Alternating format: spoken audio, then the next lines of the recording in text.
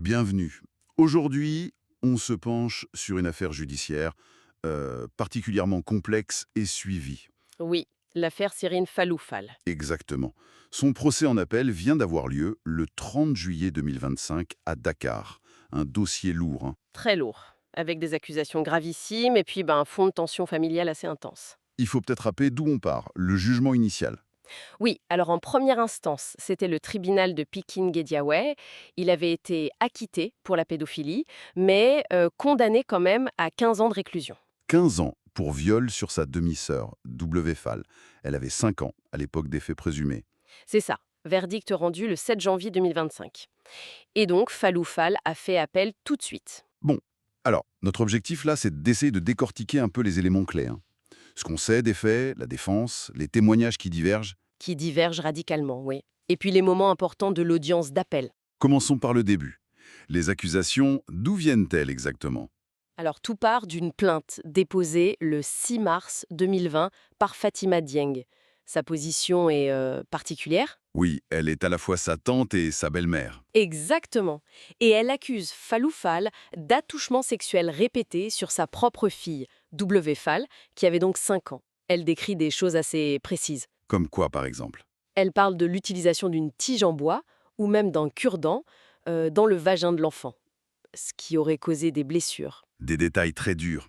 Et l'enfant, la petite W. Fall, elle a dit quelque chose? Oui, elle a été entendue avec sa mère et elle a confirmé les actes. Elle a mentionné que Fallou utilisait ses doigts ou un cure-dent et qu'il fermait la porte. Hmm. Et il y a un élément médical important, je crois.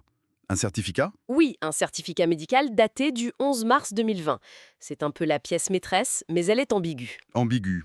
C'est-à-dire? Bah, il indique un hymen intact, ce qui, normalement, plaide contre une pénétration. Mais en même temps, il mentionne de petites lésions hyménéales récentes. Ah oui, d'accord. Intact, mais avec des lésions. Pas simple à interpréter. Pas simple du tout.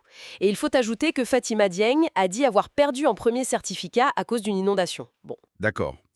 Donc, face à ça, accusation grave, enfant qui parle, certificat médical un peu étrange. Comment Faloufal se défend? Il nie, j'imagine. oui, il nie, catégoriquement et depuis le début. Mais sa défense va plus loin. C'est-à-dire, Il affirme être victime d'un complot, monté de toutes pièces par sa belle-mère, Fatima Dieng. un complot, pour quelle raison? Selon lui, c'est lié au climat familial très tendu depuis que son père s'est remarié avec elle. Et il avance même un argument assez fort. Lequel? Il dit que Fatima Dieng aurait déjà accusé son propre frère à lui, Serine Saliou Fall, de faits similaires en 2019. Une affaire qui aurait été réglée à l'amiable devant le délégué de quartier. Ah, donc il essaye de montrer une sorte de schéma, un mode opératoire de la part de l'accusatrice. Intéressant. Ça nous amène directement au témoignage. Et c'est là, oui, que ça devient vraiment un sac de nœuds. Un imbroglio total. Pourquoi? Qui dit quoi? D'un côté, vous avez le père, Cher Mbakefal. Il est le père de l'accusé et de la victime présumée. Et lui, il contredit la version de Fallou concernant cette affaire de 2019 avec Saliou. Ah, donc le père ne soutient pas Falou sur ce point. Non. Et il y a aussi des voisines, des amies de Fatima Dieng, qui confirment qu'elle se plaignait souvent du comportement de Fallou avec la petite. Ça soutient l'accusation. D'accord. Mais la défense a aussi des témoins de son côté, hein? Ah oui, et pas des moindres. D'abord, le frère, Serine Salioufal, celui qui aurait été accusé en 2019. Lui, il confirme la version de Fallou. Logique, en quelque sorte. Et surtout, il y a les témoignages d'une amie de la mère décédée de Fallou, une certaine Soda Kanji.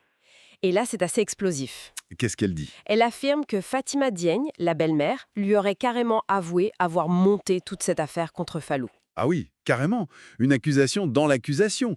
C'est parole contre parole, mais à un niveau très intense, là. Exactement. On voit bien les deux récits familiaux qui s'affrontent. D'un côté, la thèse de l'agression, de l'autre, celle du complot. Et chaque témoignage vient s'insérer dans l'une ou l'autre de ces histoires. C'est très polarisé. Et c'est dans ce contexte que s'est tenue l'audience d'appel le 30 juillet. Qu'est-ce qui s'est passé de marquant? La défense, qu'a-t-elle plaidé? Les avocats de Fallou, maître Diouf, maître Ba, ils ont vraiment insisté sur les incohérences, selon eux. Lesquelles, par exemple? Ben, cette histoire de certificat médical perdu puis retrouvé, l'absence de témoins directs des faits allégés, l'hymen intact malgré les descriptions de la plainte. Et le jeune âge de l'enfant aussi, j'imagine. Oui, le très jeune âge de W faux au moment des faits, ce qui pose la question de sa compréhension de son éventuelle influence. Pour la défense, c'est clair, c'est une mésentente familiale qui a dégénéré en erreur judiciaire. Ils ont plaidé l'acquittement pur et simple. Et la position du ministère public, l'avocat général. C'était assez surprenant, non? Très surprenant. C'était vraiment un moment fort de l'audience. L'avocat général a reconnu que l'affaire était hyper complexe. Il a dit quoi exactement? Il a expliqué que le parquet, au départ, ne pouvait pas classer sans suite, vu la gravité des faits rapportés. Mais qu'en appel, après avoir tout réexaminé, les témoignages en faveur de l'accusé, les doutes, eh bien, il requérait l'acquittement. L'acquittement requis par l'accusation elle-même. Oui, au bénéfice du doute. Il a eu cette phrase, assez parlante. Nous recherchons la vérité, mais la vérité appartient à Dieu. Une phrase qui montre bien l'incertitude qui règne dans ce dossier. Alors, où en est-on concrètement aujourd'hui?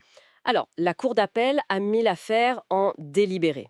Ça veut dire qu'elle réfléchit, elle pèse le pour et le contre avant de rendre sa décision. Et on sait quand cette décision sera rendue? Le délibéré est fixé au 27 août 2025. Donc très bientôt.